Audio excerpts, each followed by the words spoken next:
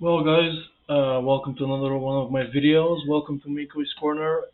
I'm doing another video. Now, as many of you know, I've already started three series: the Suez Canal. I'm not forgetting it. Napoleon, which has gotten an incredible amount of reactions. I won't abandon any of the series. Don't worry about that. And now I'm starting a small parter. This is a small two-part. Now, listen, just for people to know, I know I'm doing a lot of reactions on Epic History TV. I will do other channels. Don't worry about that. I'll do other reactions about different times throughout history. I would like to study history and just make reaction videos. That's what I like to do. So I'll start with what I'm into. Now, this video I haven't watched. This is the first Crusade, part 1 of 2 from Epic History TV. We're going in.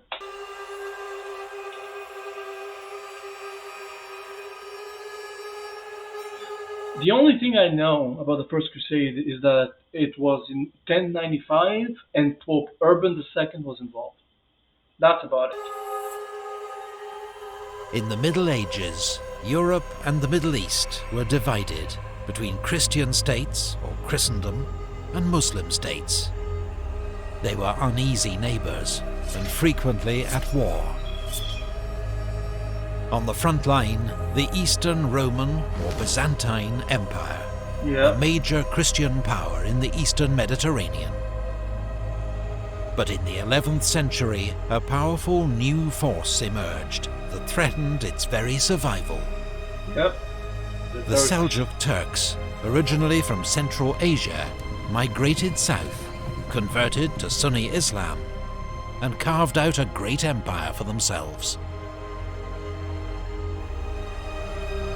In 1071, at the Battle of Manzikert, the Seljuk Turks inflicted a crushing defeat on the Byzantine Empire.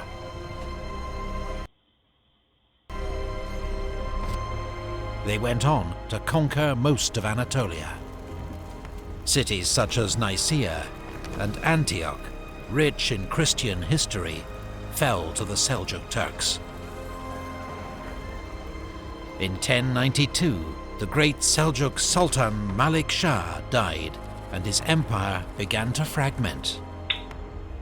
The Byzantine Empire came under renewed attack as local warlords sought territory and plunder. Constantinople in never fell, 1095, Byzantine Emperor Alexius I Comnenus wrote to Pope Urban II, making a desperate appeal for military aid from his fellow Christians in the West. I was right about the Pope. It wasn't the first such appeal by the Emperor, but this time the results would be unlike anything ever seen before. It was fault. Pope Urban saw the Emperor's appeal as a golden opportunity, a chance to heal the rift that had emerged between Western and Eastern churches in the Great Schism, to assert his own papal authority over the unruly barons and bishops of Western Christendom, and to drive back the infidel and reclaim Christianity's most holy sites, most of all Jerusalem, lost to Muslim rule 400 years before. At Clermont in France, Pope Urban preached a sermon to a gathering of clergy and nobles. 1095, man. He called on Christian knights and foot soldiers to go east, to aid their brother Christians and free Jerusalem from Muslim rule. So basically my question is the following. Well, it's not really a question, but it's an opinion. It's a observation. Is that back then there was no newspapers, So when he said in a church in Clermont in 1095, everybody go east, go fuck them up. How much time did it take for the news to propagate, and how did it propagate? Did it propagate just by word of mouth? I mean, that's pretty much the only way. But was it propagated was it aided in its propagation by the kings and princes of Europe, or was it sort of, hey, I heard about this, the Pope said that, 3 countries to the east type of deal? Just word of mouth, or was it more but he coordinated? offered a unique spiritual incentive. Yeah. Any Whoever, for devotion alone, not to gain honor or money, goes to Jerusalem to liberate the Church of God, can substitute this journey for all penance. What an easy way to get an army. I won't pay you, I won't give you honor, but when you die, and I'm not, even if you die, you won't, come after me to tell me, hey, you owe me something. No, you go fight. I don't pay you. I don't give you honor, anything. But when you die, you'll be fine with God. So, that's a fucking. He was offering Europe's knights, who lived in fear of damnation because of the violent lives they led, the chance to atone for their sins through holy war. What's more, their objective, Jerusalem, was a city that captivated the medieval imagination like no other. The most holy place on earth. The Pope's offer exhilarated his audience. His words were met with cries of Deus vult! Deus vult! God wills it! God wills it! God wills it! The Pope's appeal was preached across Europe, sparking a wave of religious fervour. Thousands of lords, knights, and ordinary people vowed to travel to the Holy Land and fight for Christ. I think it's around this time that the Templars were created as well. By wearing a cross, later becoming known as Cruce Signatus, Crusaders. A few of these men saw opportunity in the East for fame and fortune. Yeah. But overwhelmingly they went in search of spiritual salvation, willing to undertake a long, expensive and perilous journey to save their souls from the fires of hell.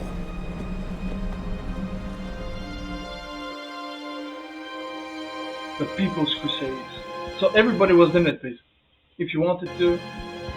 Pope Urban had intended the crusade to be led by nobles and made up of knights and experienced soldiers.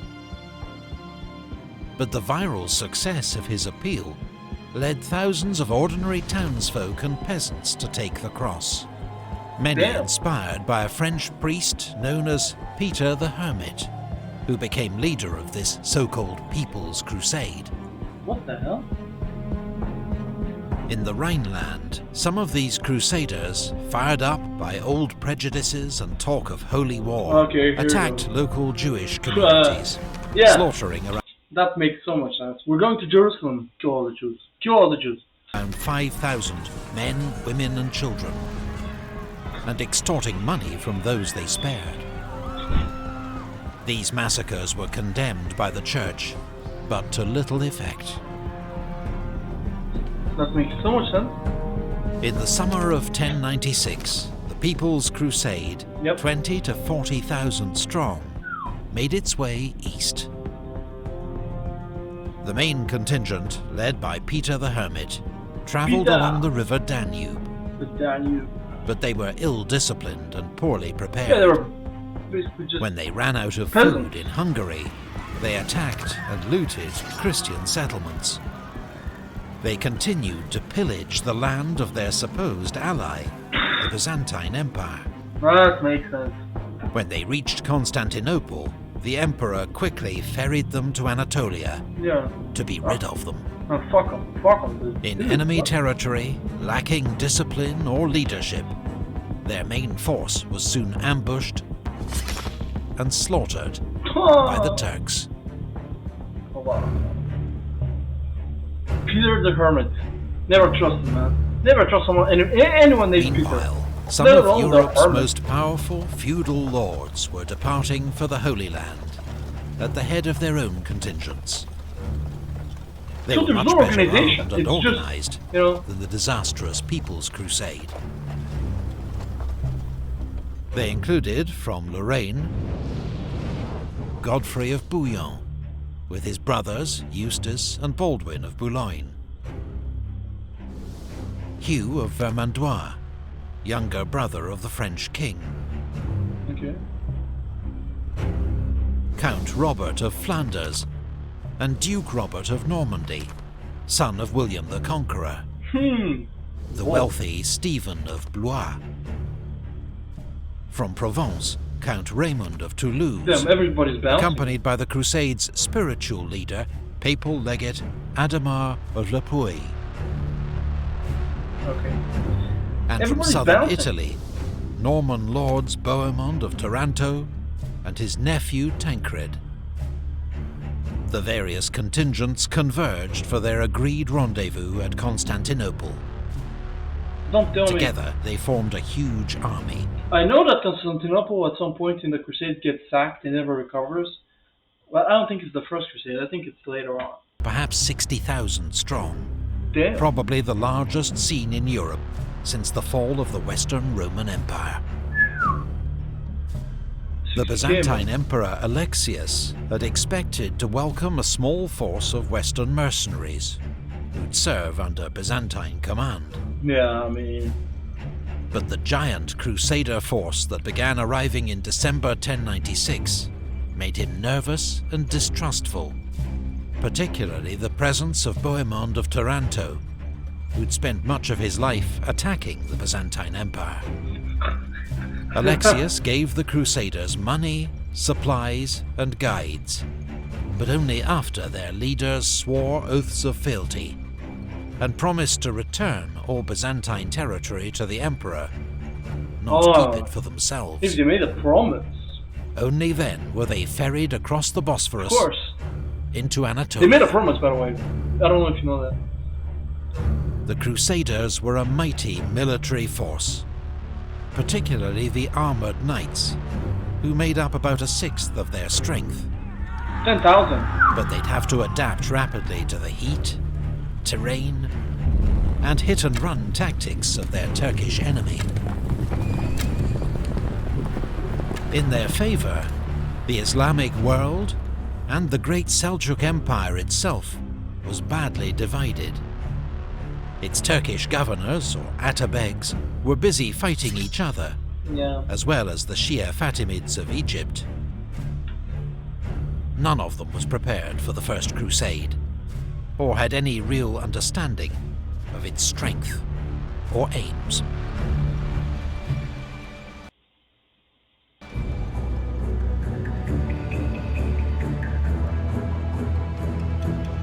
The Crusaders' first success came at Nicaea, which fell after a 6-week siege.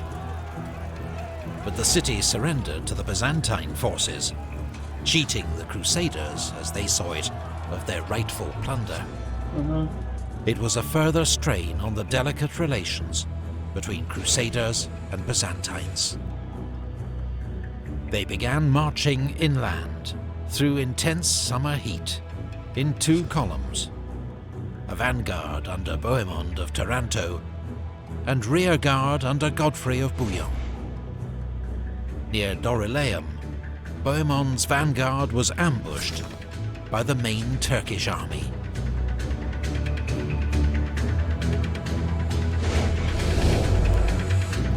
Based on Crusader chronicles, this is our best understanding of how the confused fighting unfolded.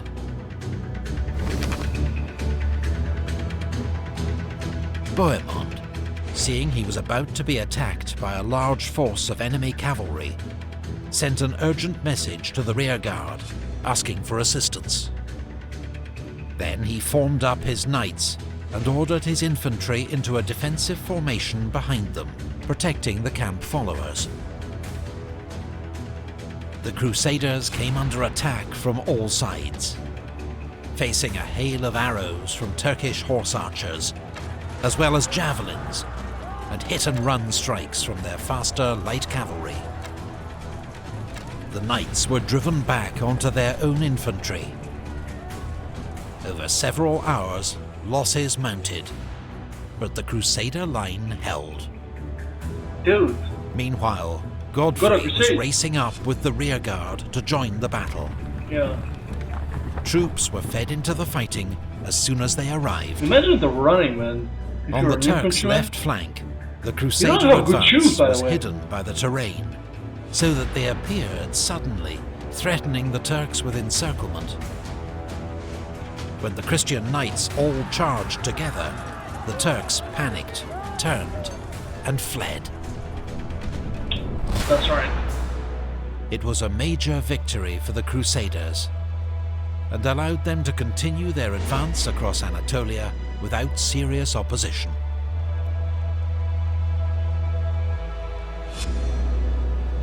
At Heraclea, they defeated a small Turkish force, then split up. The main force struggled through the mountains of Cappadocia, losing many of their baggage animals and running dangerously low on supplies. Meanwhile, Baldwin of Boulogne and Tancred, probably out to seize land and plunder for themselves, travelled south into Cilicia, capturing the city of Tarsus and other settlements. Tancred later rejoined the main army. But Baldwin was invited by local Armenian Christians to travel to Edessa, where he was soon installed as Count Baldwin of Edessa, ruler of the First Crusader state. Yeah, In we're October giving back, 1097, the rest of the Crusaders reached Antioch, the next stepping stone on the road to Jerusalem. Okay, so why did it fail? What happened? But outside its walls, the First Crusade would come to the brink of disaster, decimated by disease and starvation, and encircled by their enemies. It would take a miracle to save them from annihilation. Research and artwork. I forgot this was part 1. Oh my god! I hope you enjoyed this as much as I did. I mean, it's such a piece of history. It's so prominent, so so important that I knew like bits and pieces about 1095 Pope Urban, but it's very interesting. I knew that the Alexius Comnenus called the Pope, and he was like, "Hey man, need help," and the Pope was like, "Be right back." And so then he goes to France. He gives his speech, and then the whole what a sham, by the way. By the way, if you go fight, I won't pay you. Don't fight for honor. Don't fight for money. Fight for your soul. Like get the fuck. So, anyways, I hope you enjoyed this video. I promise this. I want to just do multiple videos a day. We'll see if I can. But I hope you enjoyed this. I hope you learned as much as I did. It was very interesting learning about the First Crusade. Happened so long ago, 1,000 years ago now. And we'll see its impact on history, because I'm sure there will be an impact. And what's really interesting is that by the 11th century, or the end of the 11th century, the Byzantine Empire is far from being at its peak in power. It's nowhere. It only controls a little bit of territory outside of Constantinople, a little bit of the Balkans, and that's pretty much it. And then it survives another 500 years, which is, Anyways, 400 years. Thank you for watching, and I'll see you guys in the next video.